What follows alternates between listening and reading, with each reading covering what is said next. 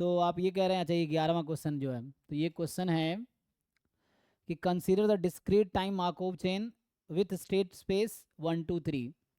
तो state space है आपका 1 2 3 और आपको ट्रांजिशन प्रोबेबिलिटी मैट्रिक्स दे रखा है, टीपीएम जो है इसका नाम ही है ट्रांजिशन प्रोबेबिलिटी मैट्रिक्स। तो ये वन स्टेप ही है, एक्चुअली लिखा भी रहता है, देखो उसमें लिखा है वन स्टेप।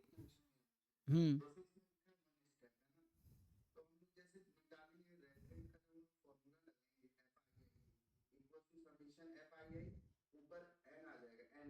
हम्म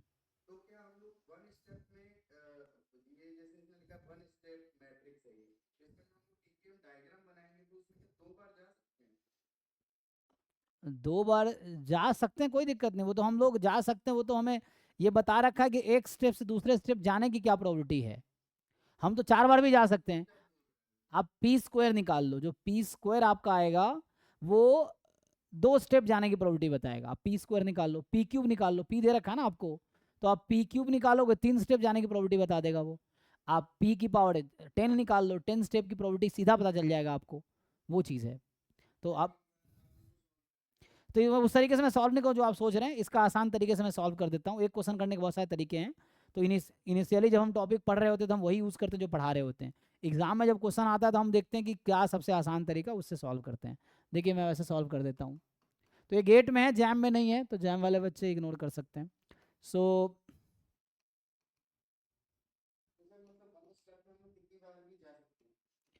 हाँ भाई, ये बता रहा है एक स्टेप जाने की क्या प्रोबेबिलिटी, मुझे 2 स्टेप जाना होगा तो हम 2 बार मल्टीप्लाई करेंगे इसी प्रोबेबिलिटी को, ये चीज़ है।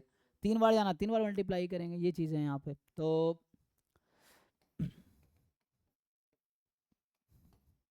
या आपको पी स्क्वायर निकालो, P square 2 step transition probability matrix है, P Q 3 step transition probability. हाँ एग्जैक्टली, हाँ वही मल्टीप्लाई कर लो तो ये हो जाएगा। अब इसका डायग्राम बनाओ। तो मेरा ट्रांजिशन प्रोबेबिलिटी मैट्रिक्स ट्रांजिशन क्या क्या है, 1 2, चलो ऐसे 1 2 3 लिख लो, चलो आसान बना लेते हैं। तो मान लो 1 इधर, 2 इधर, 3। तो 1 से 1 जाने की प्रोबेबिलिटी 0.7 है, 1 से 2 जाने की, 1 से 3 नहीं आ रहा ना, तो मैं ऐसा कर देता हूँ, इसको 2 बोल देता हूँ, 1 2 3 आसान रहेगा। सो 1 से 2 जाने की प्रोबेबिलिटी 0.3 है, 1 से 3 नहीं जा सकते, 2 से 1 नहीं आ सकते, 2 से 2 जा सकते हैं, तो 2 से 2 आने की 0.6 है, 2 से 3 जाने की प्रोबेबिलिटी जो है वो 0.4 है। अब 3 से आप 3 पे ही रहेंगे, 3 से कहीं नहीं जा सकते। सो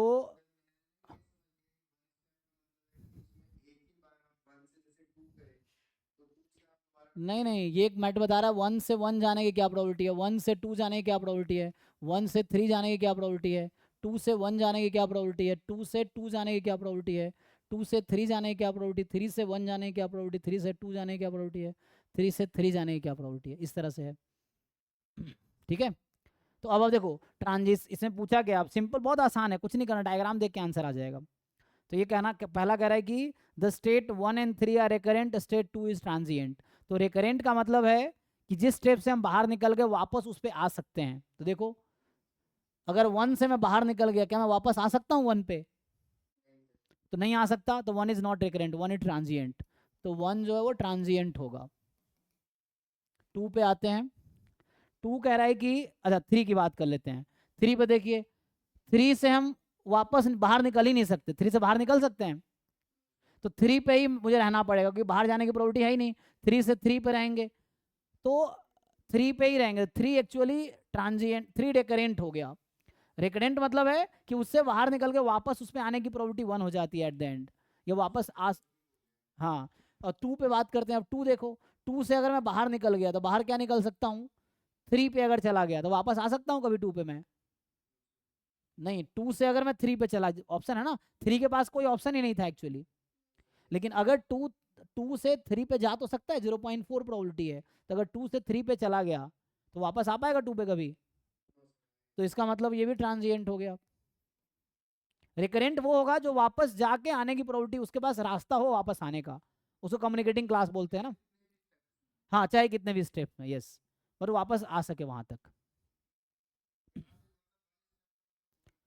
वन स्टेप मतलब जस्ट आपको बता, अब वैसे तो क्वेश्चन 100 पेज का हो जाएगा अगर 100 स्टेप को बताएगा तो, मतलब एक्चुअली आपको टॉपिक क्लियर नहीं है, वो आपको समझना है, तो वही आपको समझना है। वन स्टेप मतलब बता रहा है कि अब मैं 1 से 3 पे भी जा सकता हूँ, क्या प्रोबेबिलिटी है 1 से 3 जाने की, 0.3 इंटू 0.4, ऐसा कर दूंगा मैं।